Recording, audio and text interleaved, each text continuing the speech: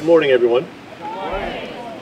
Thank you so much for taking the time to be with us here today. I'm Mayor Sean Spiller. It's my pleasure and honor to be part of this here today. I know with many of my colleagues. So first and foremost, let's all please give our police and fire honor guard a big round of applause, and all of our men and women who serve a big round of applause as well. I'd like to start by having Bailey, Ruff, and Valentina Felisbret lead us in the Pledge of Allegiance. Ladies.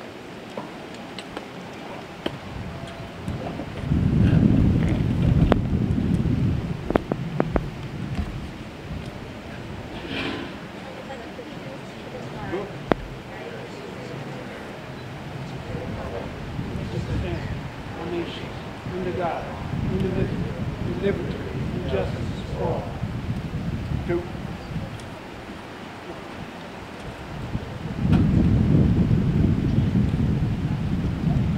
I'm also pleased to have with us Cecily Williams to lead us in the national anthem.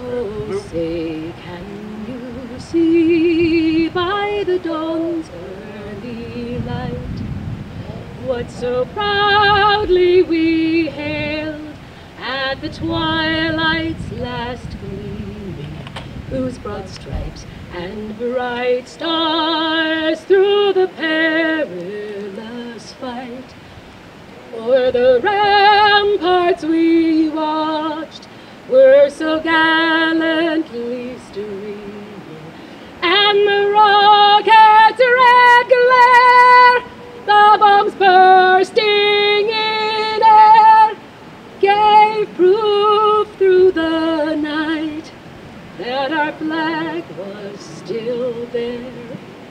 Oh, say does that star-spangled banner yet wave o'er the land of the free and the home of the brave.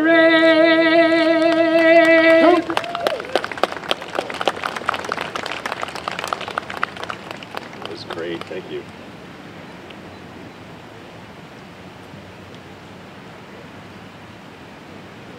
I'd like to ask Rabbi Laurence Groffman to lead us with our invocation. Rabbi.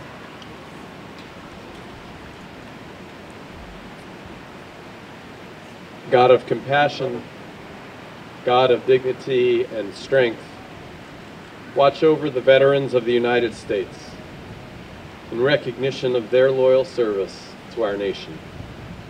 Bless them with wholeness and love. Shelter them. Heal their wounds. Comfort their hearts.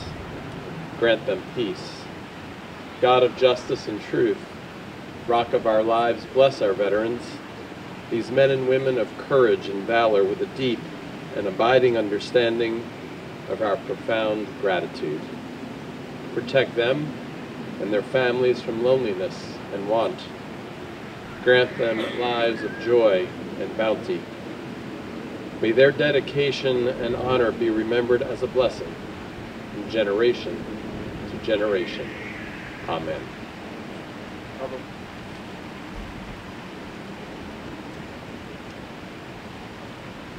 I would also like to recognize and thank my colleagues who are able to join here today, starting with our Deputy Mayor and First Ward Councilman Bill Hurlock.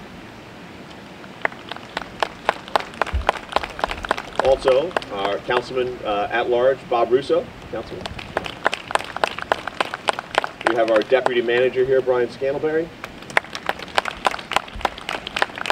We have our Police Chief, our Fire Chief, Deputy Chiefs as well joining us. Please give them a big round of applause. Our Town Manager is actually here as well.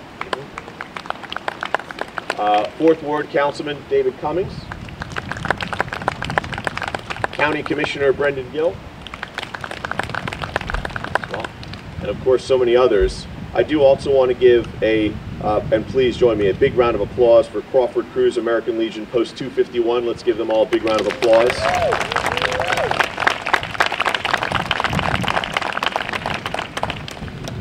Please also give a big round of applause, Daughters of the American Revolution, Eagle Rock Chapter, big round of applause. Disabled American Veterans, Veterans of Foreign Wars, Private Harvey, Post 2139, big round of applause. Thank you really to everyone who has taken the time to join us here today.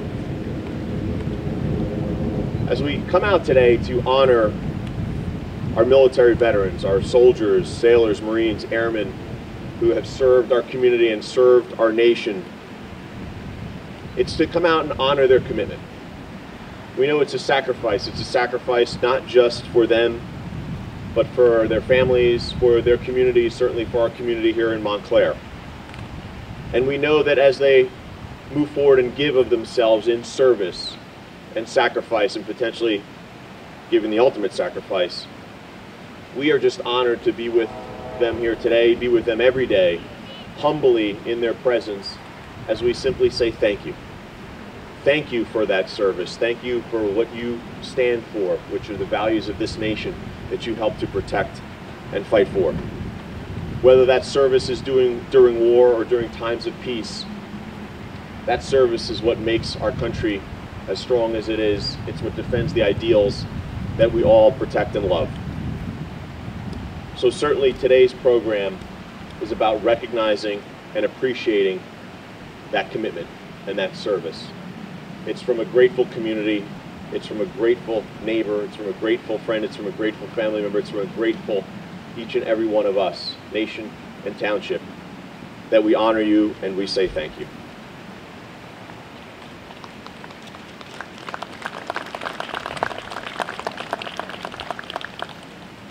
And certainly today we are very excited to hear from our guest speaker, and to help introduce our guest speaker, I would like to invite up our Deputy Mayor, Mr. Bill Hurlock, for the honors.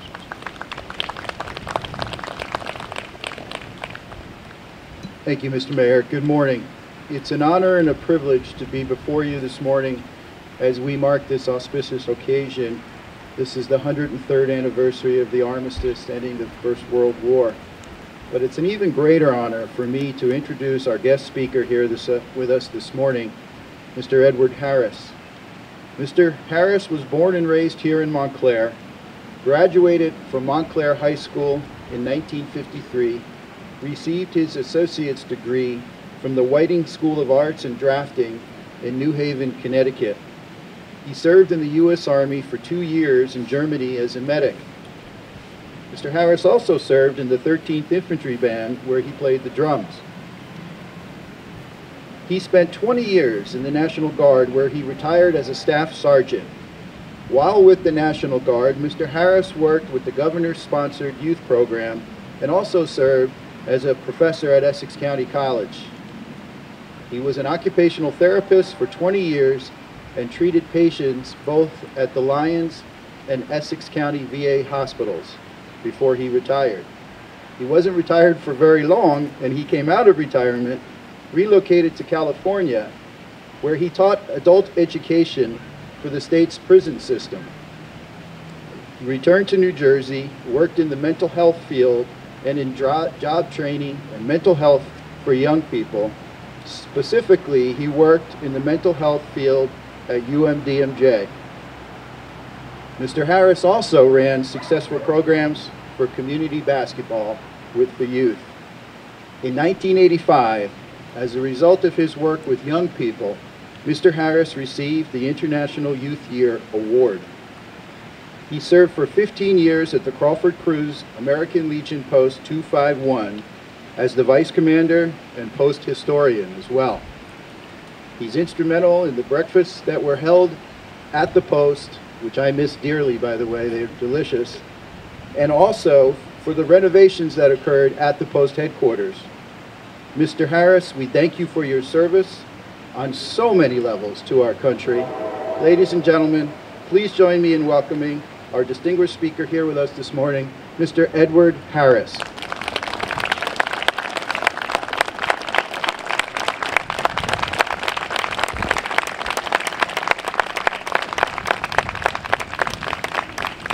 It's a beautiful afternoon. I'm so humble. I just got out of the hospital a month ago. Where if you're old, you're 40, you better go to the hospital. And I'm here today, and I want to honor the guys that fought in the First World War. They fought 192 days on the front line. 4 men from Montclair, Crawford Crews. It was the only unit that went from 192 days to the Rhine. They were the first ones to get there. And all I can say about myself, I did what I had to do. And I want to thank you all for being here. Even though I live in East Orange, I'm still a Mountie. Thank you.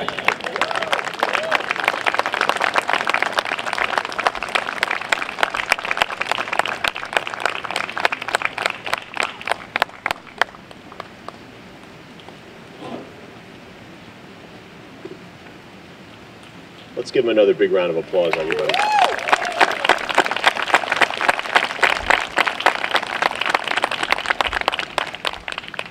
As we next also hear remarks from Valentina and Bailey again, Glenfield Middle School students. As we do, I wanted to point out we do have coffee and beverages over there, so please help yourself. Stay warm. Also noted in the crowd, we have former Mayor Jackson is here. Mayor, great to see you. Thank you, sir, for being here. So Councilwoman Renee Baskerville's here. Councilwoman, thank you for joining us.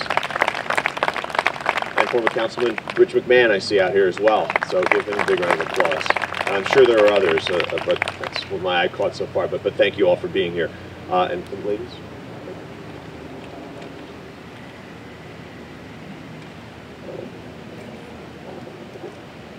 Without heroes, we are all plain people and don't know how far we can go.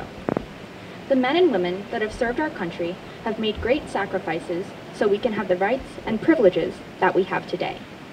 These people rose beyond the challenges and trials of war, selflessly leading and serving to ensure the very best for every American. They've sacrificed everything they can give to help our country, and many of them now endure the lifelong pain that these sacrifices have inflicted. From the soldiers that fought on the battlefields to the nurses that bandaged the wounded, men and women have put their lives in harm's way for our country and our Constitution. These men and women fought in Lexington and Concord, shed blood in the Battle of Gettysburg, served on the battlefields in France, defended Pearl Harbor, battled in Korea, faced combat in South Vietnam, and fought in the Gulf War and other Middle Eastern conflicts. All this time, all these sacrifices, not for personal gain, but purely for the good of our country. An armistice was declared on the 11th hour of the 11th day of November in 1918. The following November, President Wilson declared November 11th as Armistice Day to celebrate and honor those who served in World War I.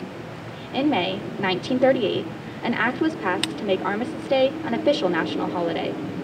Though the holiday was originally only to honor those who served in World War I, it was expanded to include all veterans. Veterans Day is a day of thankfulness, remembrance, and acknowledgement. It's a day when we honor those who sacrificed and served their nation. They've given their time, their talent, and in some cases their treasure, to protect our way of life. Veterans Day is an important day of awareness. However, many people forget to acknowledge veterans for more than one day a year. Veterans Day should remind us how hard veterans have fought for our country, and that for all the work they've done, at the very least, deserve year-round appreciation. Unfortunately, those that have served our country are not being given the post-war lives they deserve. Veterans are 50% more likely to be living on the streets due to poverty and overcrowded living conditions. Because of this, it's important to support and donate to foundations that work to help America's veterans. Organizations like the Gary Sinise Foundation help build custom, mortgage-free homes that are specifically designed for disabled veterans. Donating even the smallest amount to this organization can change the lives of veterans and help you remember to honor and give back to those that served for our country. In an interesting way, not only veterans can be heroes, but the people who help them can be heroes too.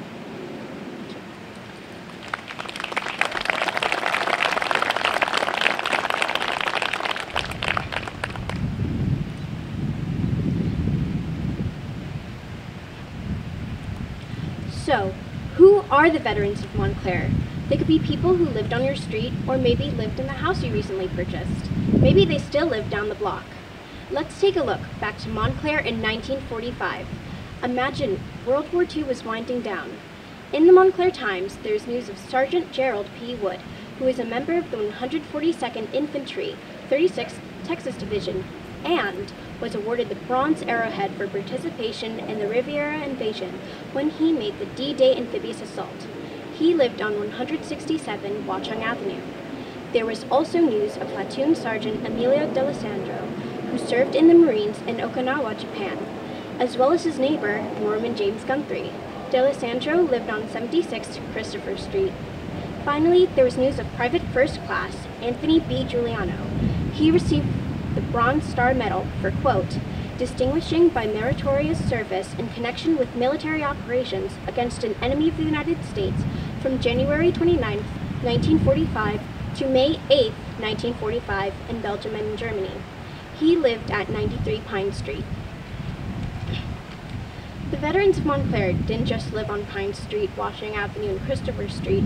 There are countless untold stories of our hometown heroes, including the veterans who live among us today. Today we celebrate our mothers, fathers, sisters, brothers, neighbors, friends, and all of our Montclair veterans that sacrificed so much for our well-being. We are so grateful for your service. Thank you.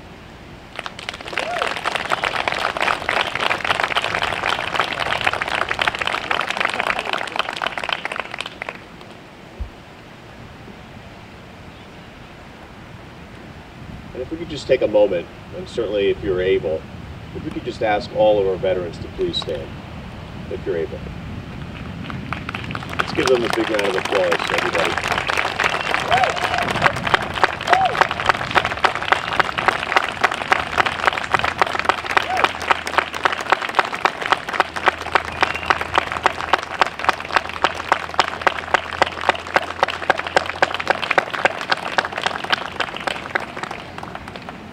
Thank you all.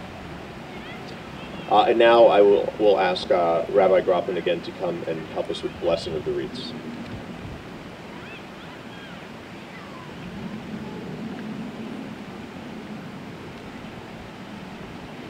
I bless these wreaths, which honor our men and women in uniform, past, present, and future. Our nation thanks you and remembers you for your service to our country. May God bless you, and let us say together, Amen.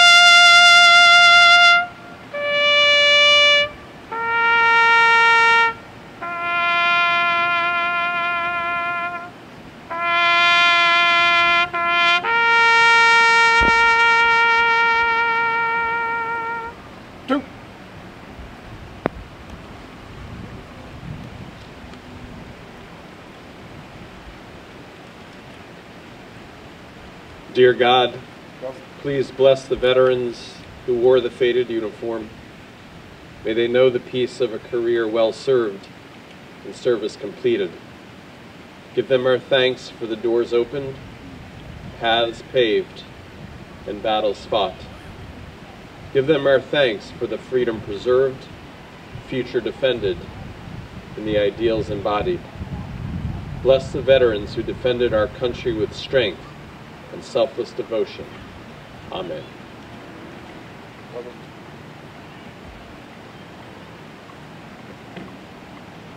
Please, as we close out today, join me in also giving some thanks, first and foremost, to also all of the Montclair staff who helped to put this together. Let's give them a big round of applause, including Michelle Camerata. She did a great job. Let's give her a big round of applause. Thank you. Also to our Montclair Community Band. Let's give them a big round of applause, please. And Scott, thank you as well. Much appreciated. And certainly, lastly, as we retire our colors, let's give each and every one of our veterans here, and those not here with us now, a big round of applause for our appreciation, with our appreciation.